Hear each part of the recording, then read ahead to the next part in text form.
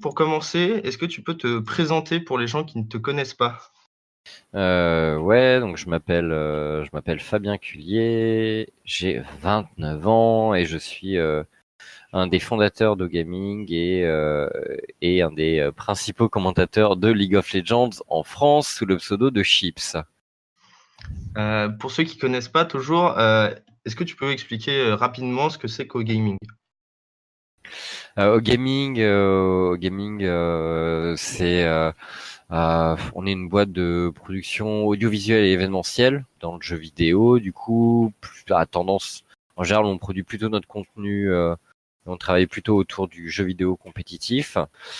Donc, ouais, production audiovisuelle, événementielle en jeu vidéo. Et on est un média également. Donc, bon, le nom de notre société, c'est Alta Productions, mais tout le monde connaît surtout le nom du média en fait, qui est Au Gaming. Et les gens en général utilisent cette appellation-là. On est actif depuis maintenant 7 ans, 8 ans, 8 ans. 8 ans même bientôt. Mmh. Donc ça fait un petit moment. On a commencé, à la base on n'était même pas une boîte, on a commencé en faisant quelques vidéos sur YouTube et de fil en aiguille en fait, en voyant le nombre de personnes qui étaient attirées par ce qu'on faisait, à qui notre contenu plaisait. On a des marques qui sont venues nous parler et petit à petit on s'est dit que ce serait bien d'avoir une structure juridique qui nous permette justement de vraiment parler à ces marques et de pouvoir conclure des accords ou autres. Donc on a créé Au Gaming. Voilà. D'accord. Et alors si je me trompe pas, Au-Gaming d'abord ça s'est créé autour de, StarCraft 2, c'est ça? Ouais, exactement. Alors comme je te disais, ça comptait sur YouTube avec Ponfétude et après on a eu Chips et Noix donc sur League of Legends et on a à peu près créé la boîte quoi moins de 6 mois je dirais après l'apparition de Chips et Noix. D'accord. Est-ce que tu peux rapidement expliquer, ce que c'est League of Legends et ensuite, pourquoi à ton avis ce jeu a aussi bien marché? Alors League of Legends c'est un MOBA donc MOBA c'est l'acronyme pour Multiplayer Online Battle Arena. Donc le but c'est tu as une carte. Tu dois détruire le bâtiment principal de la base adverse. C'est la condition de victoire absolue. Pour y arriver, tu joues en équipe de 5, donc 5 joueurs qui contrôlent chacun un personnage qui a des capacités uniques. Le but, c'est via tous les éléments de conditions de victoire, d'arriver à l'autre bout de la carte, dans la base adverse, de démolir le bâtiment principal. OK. Heu, pour toi, Fabien, Chips, qu'est-ce que ça représente, LOL? Alors attendez, parce que moi du coup, j'ai pas répondu à pourquoi ça a aussi bien marché. Ah oui, Peut-être que vous pardon, voulez. c'est vrai, excuse-moi. Ouais, pas de souci. Donc pourquoi ça a aussi bien marché? Je pense qu'il y a pas mal de raisons. Déjà, enfin il y a des espèces de cycles de styles de jeu et LoL a brillé au moment. Enfin, il a un peu instauré le style de jeu MOBA et ça reste le numéro un dans ce style actuellement. Je dirais qu'il y a une combinaison de plein de choses. Le jeu était plutôt facile à prendre en main, difficile à maîtriser, ce qui en général est une bonne équation dans les jeux vidéo pour qu'ils marchent bien. Mmh. Il faut qu'il y ait une vraie courbe de progression, mais qu'en même temps l'accès soit pas trop rebutant si possible. Bon, on peut en rediscuter maintenant que plein de jeux très simples, très très simples en termes de prise en main, trust type Fortnite par exemple. Fortnite c'est assez simple en termes de prise en main, beaucoup plus que League of Legends. Mais League of Legends pour les MOBA et pour l'époque c'était assez simple en termes de prise en main. Genre les gens arrivaient à trouver du fun rapidement. Autre caractéristique importante, c'est le modèle économique pour moi qui était gratuit, plus plus du coup tu fais des microtransactions pour t'acheter des cosmétiques et du coup un jeu gratuit forcément s'il a une bonne réputation, si le bouche à oreille fonctionne bien, ça coûte rien aux gens de l'essayer. Donc je pense qu'il y a eu un effet très bénéfique où énormément de gens ont commencé à y jouer petit à petit et comme c'est un jeu que tu joues en équipe, les gens y ont mis leurs potes, etc., etc. Et de fil en aiguille, tu t'es retrouvé avec une énorme base de joueurs qui était entretenue par le fait aussi que l'éditeur poussait pour que la scène compétitive soit visible et la scène compétitive aussi visible, ça faisait de la pub au jeu. Et voilà, petit à petit, on en arrivait à avoir une base de joueurs vraiment très élevée. Et je pense qu'il y a eu un peu de chance aussi. Bon, Un peu de comme dans chance tout aussi. succès. Comme dans tout succès, faut que ton concept genre, soit dans l'air du temps, mais c'est pas forcément facile à deviner, mais si t'arrives à être dans l'air du temps comme il faut et que t'as un peu de chance, ouais. Donc il était au bon endroit au bon moment. Ouais, il est arrivé au bon Aussi, moment, quoi. selon moi aussi. Bah, par exemple, imaginons que Dota, qui était l'archétype numéro un Mhm. vraiment des MOBA, imaginons que si Dota avait été repris par Valve, qui est quand même un des, enfin par Valve, par Blizzard, qui était, qui est un des éditeurs majeurs du monde du jeu vidéo. À l'époque, Dota tournait sur les serveurs Warcraft 3. Si à l'époque Dota avait été repris par Blizzard, par exemple, qui avait poussé le truc, Mm. peut-être que League of Legends aurait eu du mal à avoir autant de visibilité qu'il en a eu. Le fait est que ça s'est pas passé, que Dota a été repris plus tard par Valve, Mhm. et donc que Blizzard a loupé un très gros créneau. Et enfin voilà, je pense que c'est une combinaison vraiment d'éléments qui a amené à ce que LoL soit aussi populaire. Et à Ok. quel moment, bah, du coup, maintenant, dans tes presque 8 ans de carrière, vous avez senti que l'e-sport autour de LoL prenait beaucoup d'ampleur, en fait? Honnêtement, je dirais lors de la saison 3 notamment, la saison 3 quand on a commencé à avoir des ligues régulières, que les championnats du monde ont vraiment explosé, que ça a été que la finale s'est jouée au Staples Center. Mhm. En fait, tout ce genre d'éléments, on sentait un engouement qui était vraiment énorme. Sur YouTube, c'était le jeu numéro un. Sur Twitch, c'était le jeu numéro un. Partout. Et enfin, et, et vu le côté vraiment impressionnant des Worlds cette année, je dirais que ouais 2013, fin 2013, genre pour moi vraiment on était à une période où j'ai senti que le jeu avait vraiment complètement explosé quoi, D'accord. Et D'accord. complètement. Et tu penses que les structures comme bah, en France comme au gaming ou d'autres structures à l'étranger, euh, bah voilà, par exemple, prenons l'exemple de la France, tu penses que au gaming a joué un rôle dans la démocratisation de l'e-sport? Oui, je pense. Maintenant, j'ai pas fait d'études de cas non plus pour le prouver, mais disons que je peux me baser sur beaucoup de retours que j'ai eu au cours de toutes ces années que j'ai passées sur League of Legends et dans le milieu. Et ouais, j'ai eu énormément de gens, énormément de témoignages qui sont venus me dire que bah ils avaient été un peu intronisés à cet univers-là avec nous. Donc nous, en fait, enfin, le bon côté qu'on a eu au début, c'est qu'on était très vulgarisateur par rapport à d'autres commentateurs. Et du coup, Mhm. on a très rapidement eu une audience assez large. Mhm. Et il y a eu du bouche à oreille et tout. Et quand les gens voulaient apprendre ou se mettre à League of Legends, souvent on était le premier choix qui tombait. Donc en fait, effectivement, je pense que et nous, il faut voir aussi qu'au début, on n'avait pas forcément un positionnement très compétitif. On voulait surtout se marrer dans nos vidéos.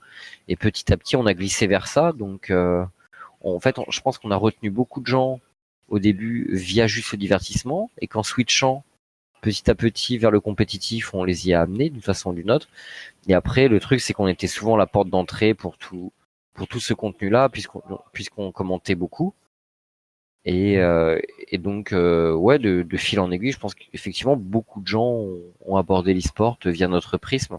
D'accord. Et encore aujourd'hui, vous avez des gens qui vous regardent. Est-ce que vous avez encore beaucoup de spectateurs mais qui ne jouent pas à LoL ou qui ne jouent plus à LoL? Alors, encore une fois, j'ai pas de chiffres forcément à donner, Oui, mais oui, c'est en fonction de... sur le ressenti global, oui, c'est vrai que quand on communique avec les gens sur les RS et tout, même parfois on se fait des sessions d'AMA lors de nos émissions où les gens nous posent des questions, on y répond. Et du coup, dans ce genre d'échange, t'as souvent, ça arrive assez souvent que des gens disent ouais, moi je joue plus forcément, mais j'aime bien regarder. Parfois, c'est pas forcément de façon régulière toutes les semaines, hein, mais pour les gros événements type championnat du monde, Mhm. type mid-season invitational, pour ce genre d'événement, ça arrive assez souvent d'avoir des gens qui ne jouent plus, Mhm. qui regardent la compétition. Alors, dans un autre registre, l'e-sport s'est beaucoup démocratisé ces 5 dernières années.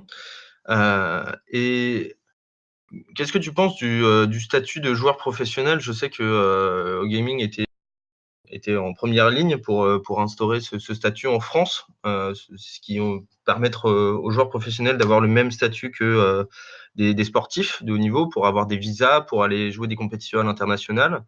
Est-ce que tu penses que ce statut, il est suffisant comme il est, ou est-ce il pourrait être amélioré, et comment?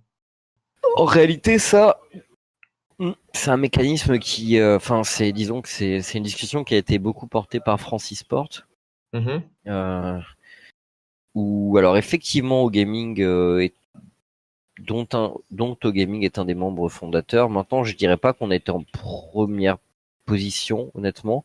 Oui, on en parlait parce que à l'époque, on était une des seules entités visibles et qui avait un peu de poids en termes de communication dans Francis Sport, mais c'est pas le truc qui nous, c'est-à-dire c'était pas notre combat de tous les jours non plus, hein, entre nous. D'accord. Bah, le truc c'est que nous on n'a pas vraiment d'équipe ou de joueurs, donc Mm. je dis pas qu'on n'a pas une forme d'intérêt à ce que les choses se passent bien à ce niveau, tu vois, mais si tu dois me dire est-ce que c'est ta préoccupation numéro une, je te mentirais si je disais que c'était le cas, quoi.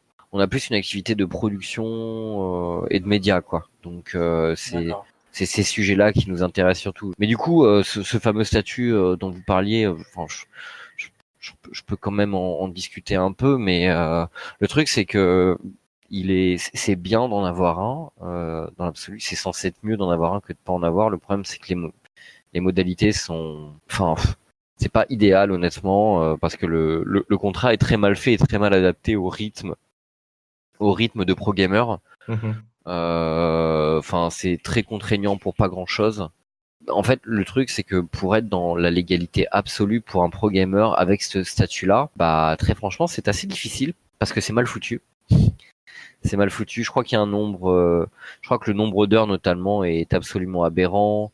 Les mecs n'ont pas non plus le droit, logiquement, de vivre sur leur lieu de travail. Alors, ce qui, bon, fonctionne bien quand il y a un système où les mecs ont tous leurs appartements et un lieu pour travailler, mais dans un système de gaming house Ah qui oui. reste quand même assez Un répandu. courant.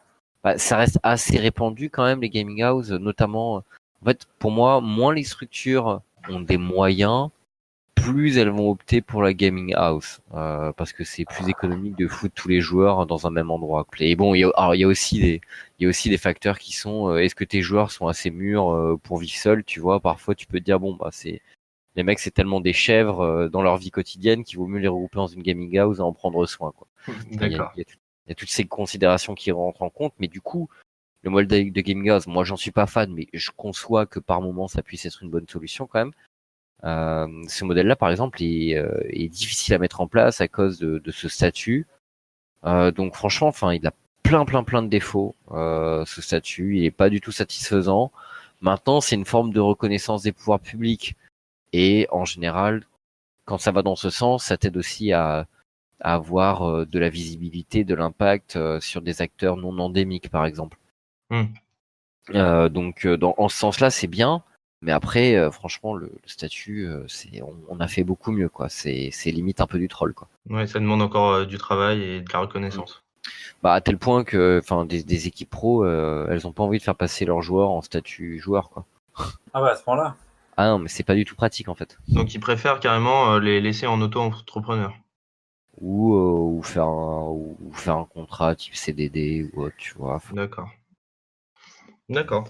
Mais bon, du coup, il y a des gros problèmes de légalité, mais en même temps, faut comprendre les équipes et tout, tu vois, genre, quand le statut de joueur, Oui, bien il sûr. te fout tout en vrac et que t'as pas les moyens, en fait, de te mettre au niveau de ce statut, bah, tu fais quoi? Tu fermes la porte ou tu tentes d'être malin, quoi.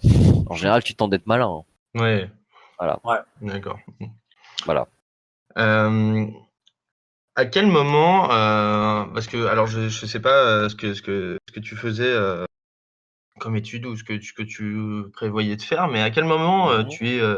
tu as fait au gaming voilà ton entreprise, à quel moment tu es vraiment devenu professionnel sur la production et sur le cast de jeux vidéo? Ça faisait quand même deux, trop, je vais dire, 2 ans que ça tournait, un truc comme ça, quelque chose comme ça. D'accord. Donc au bout de 2 ans, je me suis dit bon allez, genre franchement, ça tourne, ça tourne, c'est bien le bordel, mais je vois quand même qu'il y a un secteur qui est en pleine naissance, en pleine ébullition. Il y a beaucoup de gens qui regardent, j'ai l'impression qu'il y a plein d'opportunités. C'est peut-être le sport et en même temps le divertissement du futur. Et à côté de ça, j'ai ma licence de gestion où genre je rame tellement, genre je me fais mal tous les jours à y aller quoi. Donc au bout d'un moment, peut-être qu'il faut prendre la bonne décision. Donc je décide de lâcher. Et ouais, je crois que je me suis mis à temps plein vers 22 ans, un truc comme ça. Mais est-ce que à cette époque-là, t'imaginais que LoL prendrait l'ampleur qu'il a pris aujourd'hui? On était à peu près en saison 2. Je voyais que ça, entre la saison 2 et la saison 3, honnêtement, je voyais que ça prenait de l'ampleur. Genre, je pouvais pas non plus être sûr que ce serait aussi structuré, qu'il y aurait autant d'opportunités. Donc, il y avait quand même il y avait une vraie forme de pari quand même, hein. Sinon, honnêtement, je l'aurais fait plus tôt, quoi. Même à ce moment-là, genre, je me disais que c'était le meilleur choix. Mais bon, genre, le bon raisonnement à avoir à l'époque, c'était plutôt, apprends des trucs, à la limite façonne ton écosystème et ton métier et ce sera bien plus gratifiant que d'essayer de finir un diplôme genre où tu arrives, enfin genre ça t'accroche pas quoi. Qu'est-ce que ça représente après toutes ces années maintenant LoL pour toi, pour Noah Ouais, c'est lol, c'est genre enfin c'est un peu comme une compagne, tu vois. Enfin, il y a le côté en fait comme c'est vraiment partie intégrante de ma vie, que il y a à peu près pas une journée sans que je discute d'un truc qui a trait à LoL, que je regarde un truc qui a trait à LoL. Enfin, je sais pas, genre c'est devenu un peu le compagnon de tous les jours, tu vois. Donc parfois c'est un peu cliché ce que je veux dire, mais parfois t'as ces phases de ras-le-bol, de haine, tu vois. Parfois, genre, c'est le summum, c'est l'extase et tout va très bien. Et dans tous les cas, c'est un truc que t'as dans le coin de ta tête, sur lequel tu réfléchis toujours un peu, t'as toujours un projet. Voilà, donc, enfin, honnêtement, LoL, c'est à peu près tout, hein, genre, dans ma vie actuellement. Enfin, c'est l'occupation numéro 1, quoi. Même dans mes activités show gaming, plus de la moitié de ce que je fais au minimum est centré sur LoL. Donc c'est juste enfin il y a des poissons dans l'eau et il y a moi dans LoL quoi, entre guillemets. Enfin, c'est pareil selon moi. Et t'arrives à continuer à voir ça comme un jeu? Ouais. Alors ouais, je joue moins qu'avant, mais j'ai des phases. J'y joue plus comme je jouais dans les premières années quoi. Mais bon, enfin dans les bonnes conditions, j'aime toujours bien y jouer quoi. On a surtout vu ça ces 2 dernières années parce que LoL a commencé à prendre beaucoup d'ampleur et notamment sur la vidéo des Worlds de cette année, on a vu qu'ils commençaient à faire référence à Ouais. leur propre histoire. Donc en fait, LoL a commencé à construire sa propre mythologie, donc a commencé à avoir ses propres références et même dans le monde du jeu vidéo et surtout dans le monde de l'e-sport, c'est assez unique. Donc est-ce que tu penses que c'est un des facteurs qui fait que la communauté est aussi forte autour de ce jeu? Disons que ce qui est intéressant avec LoL, ouais, c'est effectivement, enfin, la scène compétitive s'est structurée depuis maintenant quelques années. Il y a vraiment des super histoires qui ont émaillé tout- toute l'histoire de LoL. Donc oui, je pense que ça compte. Je pense que ça compte d'avoir des références. Enfin voilà, c'est comme alors, ce qui est sympa en plus, c'est que en plus Riot, ils arrivent à mêler un peu des éléments de par exemple, pour la grande finale des Worlds, là, ils ont mis le skin de Harry tel qu'il était un peu à l'ancienne sur le truc dans leur vidéo. Donc, il faut aussi des références à ce qu'était le jeu avant. Mais sur la scène compétitive, oui, je pense que c'est un peu comme dans le foot. Vous voyez, genre actuellement, il y a des gens qui parlent de foot. Il y aura toujours peut-être un moment où la discussion du meilleur joueur de tous les temps reviendra. Et t'as toujours des noms comme Pelé, Maradona qui sortiront, Zidane, Cruyff. Et en fait, enfin, du coup, j'ai à peu près le même sentiment sur LoL, quoi. L'histoire, en fait, dans une scène structurée avec beaucoup de gens qui ont participé, avec de belles histoires, genre les gens sont attachés à tout ça, quoi. Il y a une forme de mythologie, effectivement. Après, je sais pas si vous parliez de la mythologie compétitive ou la mythologie seulement vis-à-vis du jeu, mais pour moi, ce qui était intéressant sur la finale des World of Sadness, c'est qu'ils ont un peu mêlé les deux, justement. Oui, tout à Et fait. ouais, C'est effectivement. ça dont je Enfin, voulais parler. après, je dirais que l'univers du jeu, il est pas aussi puissant que l'univers, que les univers créés par Blizzard, par exemple, sur StarCraft ou sur Warcraft. Mais, euh, mais par contre, l'univers compétitif a vraiment beaucoup d'impact. Il est très ancré dans les gens qui ont regardé les matchs de League of Legends.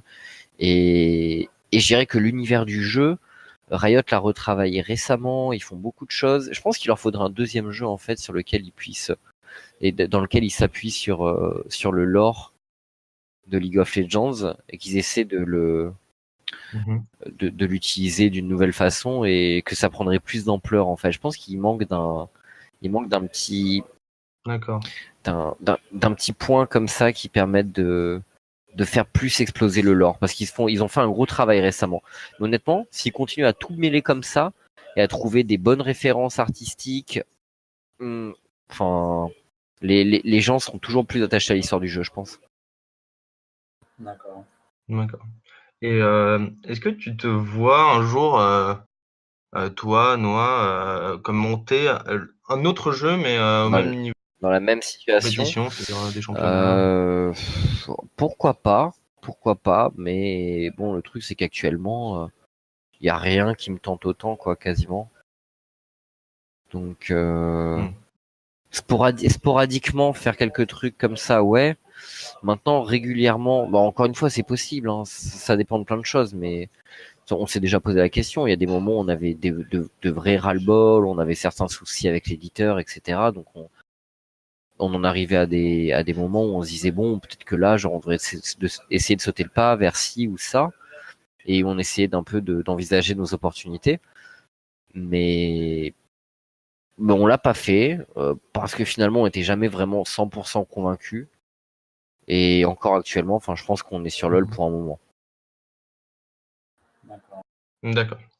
Et alors, depuis quelques années, même s'il y a un engouement qui est constant à peu près, il y a beaucoup de gens qui disent que LoL perd des joueurs, perd un peu son public.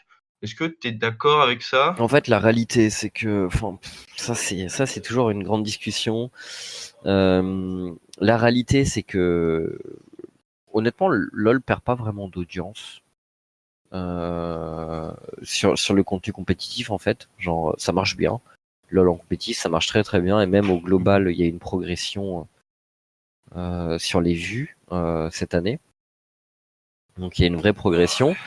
Maintenant, je pense que la réalité, et là où les gens mettent un peu tout dans le même panier et font des généralités, je pense que la réalité, c'est que LoL a peut-être du mal à attirer une nouvelle player base. Tu vois, genre, je pense pas que le jeu fasse de l'acquisition comme il y a 4 ans. Mhm. Maintenant, il y a quand même régulièrement des gens qui jouent. T'as des cycles, notamment au début de saison, où t'as pas mal de gens qui s'y remettent.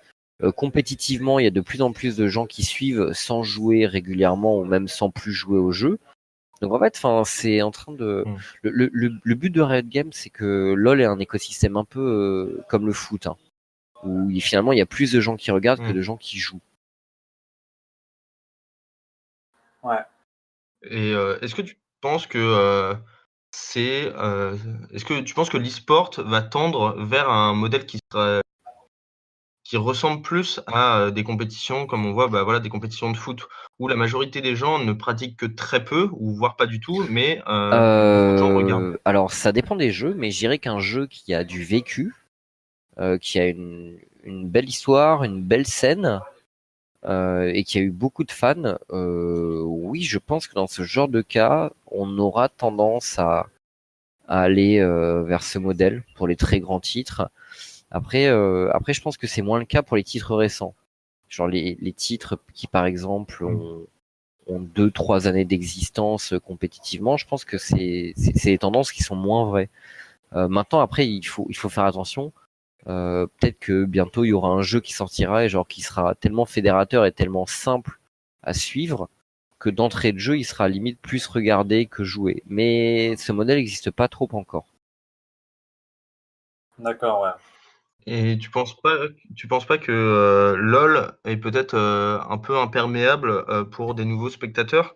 Il y a quand même beaucoup d'informations à l'écran, il y a des stratégies qui semblent acquises pour tout le monde. Quand tu connais pas forcément les champions, c'est Si, difficile de comprendre ce qui je se pense que c'est passe. pas facile et c'est pour ça que Riot essaie de faire des campagnes d'éducation ou trucs comme ça. Ils essaient de trouver des formules. Pareil, nous aussi, on est en train enfin, peut-être que pour le futur, on va essayer de réfléchir un peu à des formules où un novice pourrait être accroché et pourrait ne pas être perdu directement. C'est pas facile, honnêtement. C'est une des faiblesses de notre domaine, hein, d'ailleurs, c'est que genre, enfin, t'as pas une balle au milieu du terrain et du coup, t'as quand même plein de paramètres à Oui. incorporer pour comprendre ce qui se passe à l'écran. Et honnêtement, c'est une faiblesse, c'est la réalité. Maintenant, je pense qu'il y a des parades et le truc, c'est que générationnellement, euh, enfin, quasiment tout le monde va jouer aux jeux vidéo maintenant, donc peut-être qu'aussi, étant donné que les gens auront pu jouer à des jeux vidéo dans leur jeunesse, etc., ce sera plus simple pour eux d'aborder directement un nouveau truc. Parce que là, oui, si t'as jamais joué aux jeux vidéo de ta vie, bah, et forcément, t'arrives devant LoL et tu regardes, t'es perdu. Mais bon, j'ai envie de dire, c'est très normal, hein. C'est très normal. Tandis que si demain 90% des gens ont joué à quelques jeux vidéo dans leur vie, et le font encore un peu régulièrement, s'ils arrivent sur LoL, par exemple, ce sera peut-être moins difficile. Voilà, donc Ouais, d'accord. je pense qu'il y a plein de conditions. Mais maintenant, la formule magique, actuellement, n'existe pas. Voilà, genre, pour moi, il faut quand même un peu trimer pour réussir à, à capter les points principaux et il y a à vraiment à s'éveiller un intérêt pour le jeu. Faut un peu trimer pour moi et c'est un des problèmes, c'est sûr. Pour l'instant, la formule magique n'existe pas, comme je disais. Sur Dota, ils avaient tenté de faire des castes pour les débutants où les mecs vraiment ils parlaient enfin, les mecs ils avaient intégré les questions et les problématiques des gens qui rentrent dans le jeu et ils rabâchaient n'importe quel point de jeu. Enfin, typiquement, tu vois. Ils expliquaient ce qu'était un bouclier. Ouais. Voilà, enfin, ça allait Ouais. jusque là. Et forcément, pour le spectateur averti, D'accord. c'est pas possible, mais c'est pas fait pour le spectateur averti. Donc, un mec qui n'est pas averti et qui a envie juste d'avoir des infos et de comprendre un peu ce qui se passe à l'écran, mais même pas de façon très profonde, mais juste genre, tiens, enfin, dans ce carré, c'est quoi ce carré et c'est quoi ce signe qu'il y a dans ce carré, quoi. Ça correspond à quoi? Voilà, on en est là. Et bon, c'est des initiatives qui peuvent être intéressantes, je pense. Comment expliquer la croissance et la durabilité de gaming? Parce que ça fait quand même 8 ans. Et à ton avis, à quoi vous devez le succès de cette structure? Je pense que c'est notre état d'esprit en fait qui a été le plus important dans tout, et aussi le fait qu'on est tryhard et qu'on ait beaucoup sacrifié dans des moments où c'était pas facile. Mais voilà, genre je pense que notre esprit en général qui plaît à une audience, et du coup cette audience est plutôt fidèle vis-à-vis de ça, et je pense que ça a été un de nos gros points forts, genre rester fidèle à notre esprit en général qui est plutôt détente, bonne humeur. Et, est-ce que vous avez eu une stratégie, un positionnement particulier face à votre, à la concurrence de gaming? Je pense à notamment des structures comme Millennium ou Eclipsia. Non, pas forcément. Honnêtement, on s'est toujours dit, moi notamment avec Charles, on s'est toujours dit, enfin, qu'est-ce qu'on aime qu'est-ce qu'on aime, c'est ça.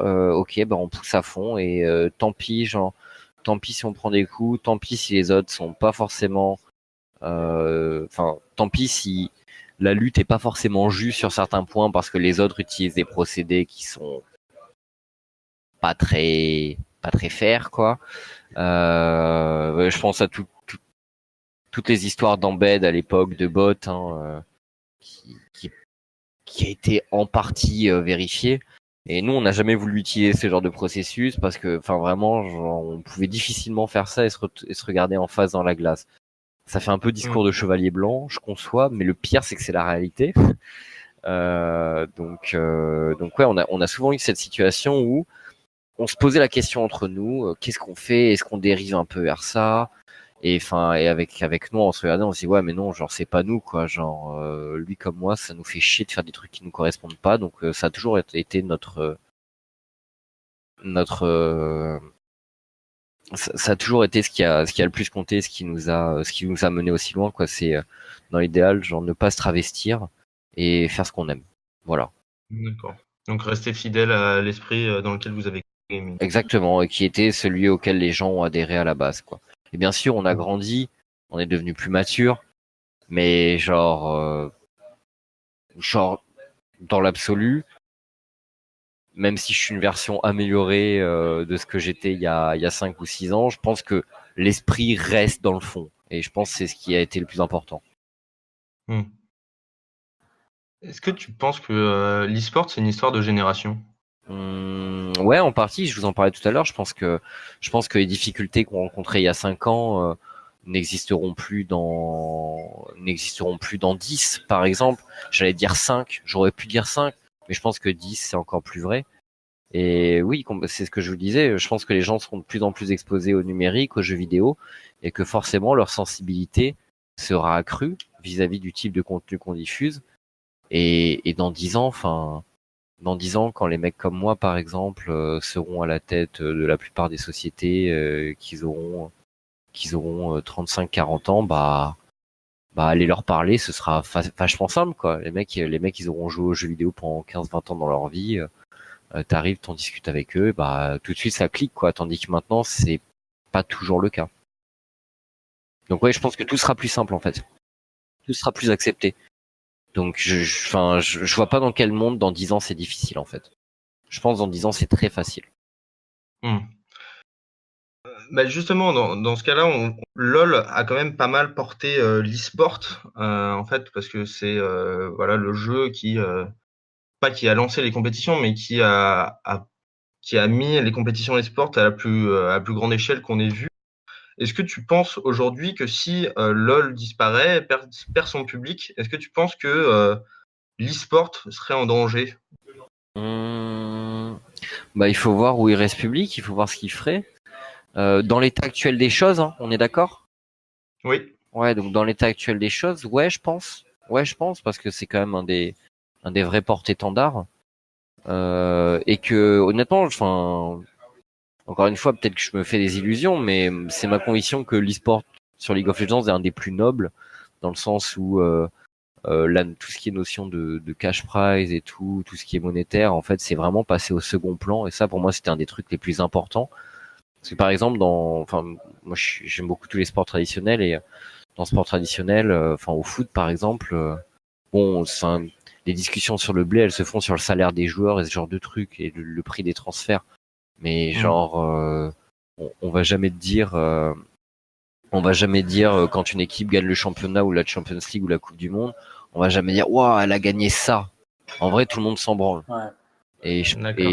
et sur LoL, en fait, je dis pas que c'était toujours le cas, notamment en saison 3. Mais par contre, pour moi, c'était, et j'en parlais souvent à l'époque, je disais que c'était un des gros points d'amélioration et que moi, je mettrais un point d'honneur à essayer de ne mettre en avant que le prestige et le symbole.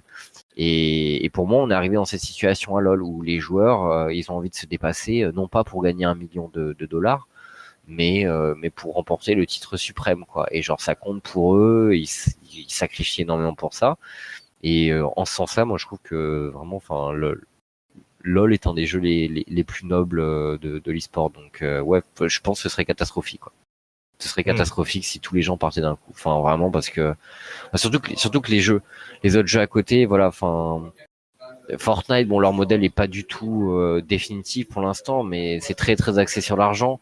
Et je peux comprendre qu'ils le fassent pour plein de raisons qui sont peut-être trop longues à discuter là, mais ça me briserait en deux qu'un jeu aussi populaire que LoL, aussi visible, et du coup avec le plus de noblesse et le plus d'élégance dans sa scène compétitive, s'arrête d'un coup. Ce serait terrible. Parce que D'accord. pour moi, il y a rien pour vraiment reprendre le flambeau. Allez, il y a CS peut-être. Peut-être Hmm. CS. Et encore, CS, t'entends un peu plus souvent parler des chiffres. Mais c'est très noble quand même, CS. Mais bon. D'accord.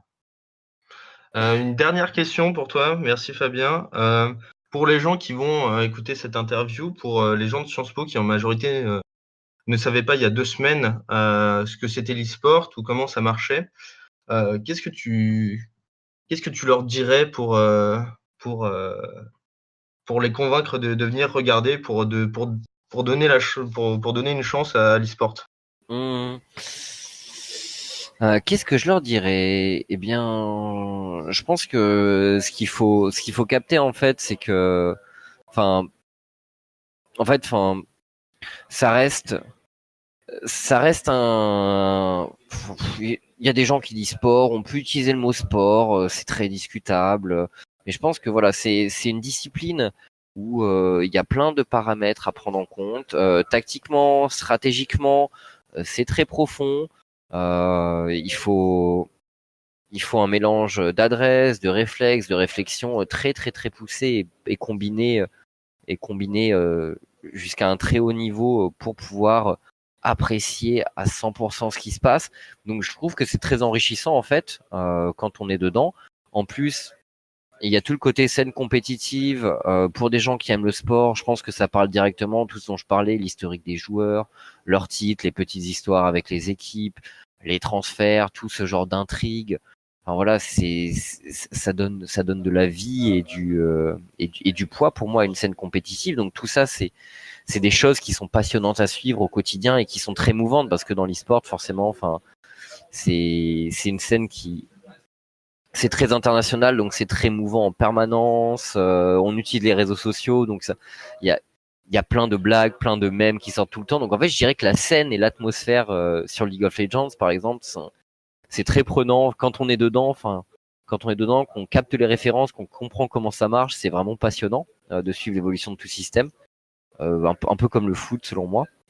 Et enfin, je dirais que quand en fait, il y a une vraie notion de dépassement de soi. Genre les mecs qui sont excellents, les mecs qui sacrifient beaucoup pour arriver au meilleur niveau. Pour moi, la notion de dépassement de soi, elle est vraiment très importante. Enfin, ils vont au bout de ce qu'ils peuvent faire et on réalise pas. Mais être excellent à un jeu vidéo, encore une fois, ça veut dire combiner plein de facteurs différents dont je parlais avant, adresse, précision, réflexe, réflexion, tout ça en instantané. Enfin, c'est comme si on jouait aux échecs en temps réel. Donc l'adversaire se déplace en même temps que toi et tout ça avec énormément d'adresse en fait et de réflexes qui rentrent en compte. Du coup, enfin c'est infiniment complexe comme discipline et je pense que si on aime les disciplines complexes ayant en plus une scène compétitive très vivante avec beaucoup d'histoire, beaucoup de personnalité, enfin moi je trouve juste ça passionnant en fait. Enfin encore une fois, je suis né dans le foot et je retrouve les mêmes caractéristiques mais poussées même encore plus loin parce que je trouve les jeux vidéo sont infiniment plus complexes que les sports traditionnels. Les sports traditionnels ont leurs avantages aussi bien sûr. Mais voilà, je pense que en ayant posé là tout ça comme ça, je pense que ça peut donner envie à des gens d'essayer de suivre et de s'impliquer. Parce qu'à la fin,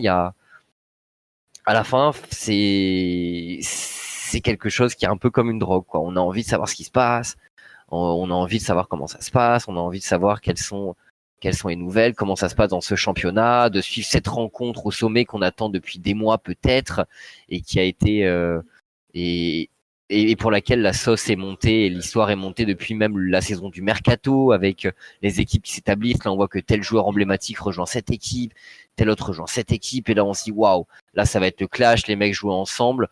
Avant, ils se retrouvent dans deux équipes qui sont concurrents depuis et rivales depuis un moment, et là, ils vont se jouer cette saison, et tout le monde attend ce moment, tout le monde attend ce match, quoi. Et les mecs vont se balancer des petits pics, et voilà, l'histoire va se créer comme ça. Donc tout ça, je trouve ça juste passionnant.